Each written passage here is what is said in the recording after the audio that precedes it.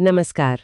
आज हम धर्मवीर भारती के बहुत ही प्रसिद्ध उपन्यास गुनाहों का देवता पर एक अहम विश्लेषण के जरिए थोड़ी गहराई से बात करेंगे। जी, हमारे पास जो विश्लेषण है वो खास तौर पर चंदर और सुधा के उस उलझे हुए रिश्ते, उनके अनकहे प्रेम की जो पीड़ा है और उस वक्त के सामाजिक आदर्शों के दबाव पर काफी गहराई से रोशनी डालता है। हाँ, तो मतलब हमारा इरादा यही है कि इस चर्चा से ये समझा जाए कि कैसे कभी-कभी वो जो आदर्शवादी बनने की एक कोशिश होती है ना, वो इंसान को गहरे पछतावे की तरफ ले जा सकती है। बिल्कुल। तो चलिए पात्रों से ही शुरू करते हैं। चंदर इलाहाबाद विश्वविद्यालय का एक होनहार, काफी संवेदनशील छात्र है और अपने गुरु डॉक्टर शुक्ला उनके प्रति बहुत श्रद्धा रखता है। और फिर है सुधा, डॉक्टर शुक्ला की बेटी, उतनी ही चंचल, भावुक और चंदर की आप कह सकते हैं सबसे करीबी दोस्त। उनके बीच एक बहुत ही अनोखा गहरा सा रिश्ता है। दोस्ती से तो काफी आगे, पर उसमें प्रेम की कोई साफ अभिव्यक्ति नहीं है। और शायद कहानी का वो पहला पेच यहीं से शुरू होता है।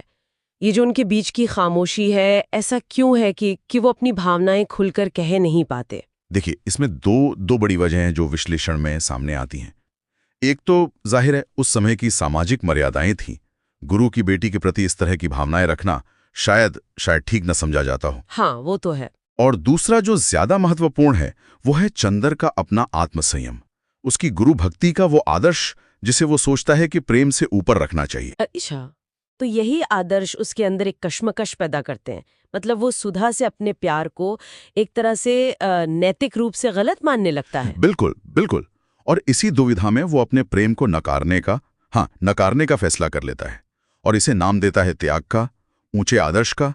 लेकिन जैसा ये विश्लेषण हमें दिखाता है, यही खामोशी, यही चुप्पी आगे चलकर सबसे बड़ी ट्रेजेडी बन जाती है। क्योंकि सुधा जो शायद चंदर की तरफ से किसी इशारे का, किसी बात का इंतजार कर रही होगी, हाँ, वो उसकी इस खामोशी को उसकी नामंजूरी समझ लेती है। सही कहा। और नतीजतन वो अपने पिता की मर्जी मान लेती है और कहीं और शादी के लिए हाँ कह देती है। और बस यहीं से चंदर का जो भावनात्मक पतन है वो शुरू हो जाता है। सुधा को खोने का जो एहसास है वो उसे अंदर तक तोड़ देता है। उसका वो जो तथाकथित आदर्श था, हाँ वो उसे असल में जिंदगी के सबसे कीमती रिश्ते से ही दूर कर देता है। हाँ। विश्लेषण ये भी बताता है कि इसके बाद चंदर की जिंदगी में एक गहरा खालीपन आ जाता है। हाँ बिल्कुल।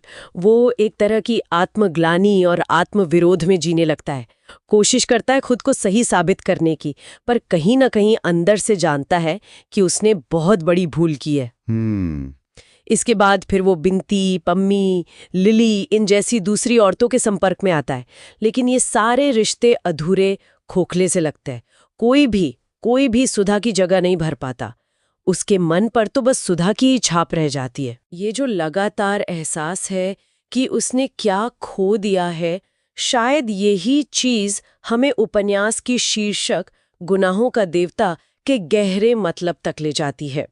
ये टाइटल अपने आप में थोड़ा विरोधाभासी सा नहीं लगता? निश्चित रूप से, बिल्कुल। ये शीर्षक ही उपन्यास का जो केंद्रीय व्यंग्य है ना, उसे सामने लाता है। देखिए, चंदर ने प्रेम का त्याग करके, अपनी भावनाओं को दबाकर देवता बनने की कोशिश की, एक आदर्शवादी संयमी इंसान जी। पर विडंबना देखिए, यही त्याग, यही तथाकथित आदर्शवादिता उसका सबसे बड़ा गुनाह बन गया। एक ऐसा गुनाह जिसने उसे मानवीय खुशी से, रिश्तों से दूर कर दिया। और अंत में उसे मिला क्या?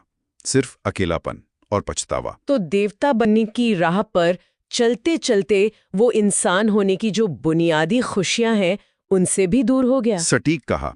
विश्लेषण इसी बात को बार बार रेखांकित करता है। उपन्यास की जो मुख्य विषय वस्तु है उसमें ये अनकहा प्रेम है, आदर्श और भावनाओं का टकराव है, सामाजिक बंधनों का असर है और त्याग की सार्थकता पर एक बड़ा सवाल भी है।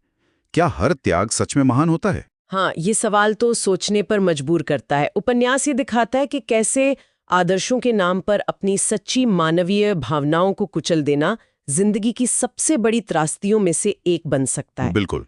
ये इंसान को देवता तो नहीं बनाता, बल्कि अपने ही कर्मों और अधूरेपन के बोझ तले दबा हुआ महसूस कराता है। चंदर का जो चरित्र है वो एक तरह की चेतावनी है।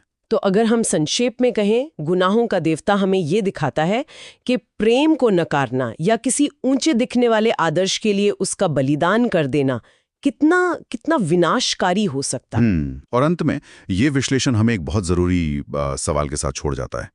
क्या वो जिन्हें समाज उच्च आदर्श कहता है, उनके लिए अपनी व्यक्तिगत खुशी और गहरी मानवीय भावनाओं का बलिदान करना, क्या ये हमेशा एक गुण ही माना जाना चाहिए? या फिर जैसा चंदर के साथ हुआ, ये अपने आप में एक ऐसा गुनाह बन सकता है जो पूरी जिंदगी को ही अर्थहीन बना दे? वो जो आदर्श और यथार्थ के बीच का नाजुक संतुलन है, वो कहाँ है,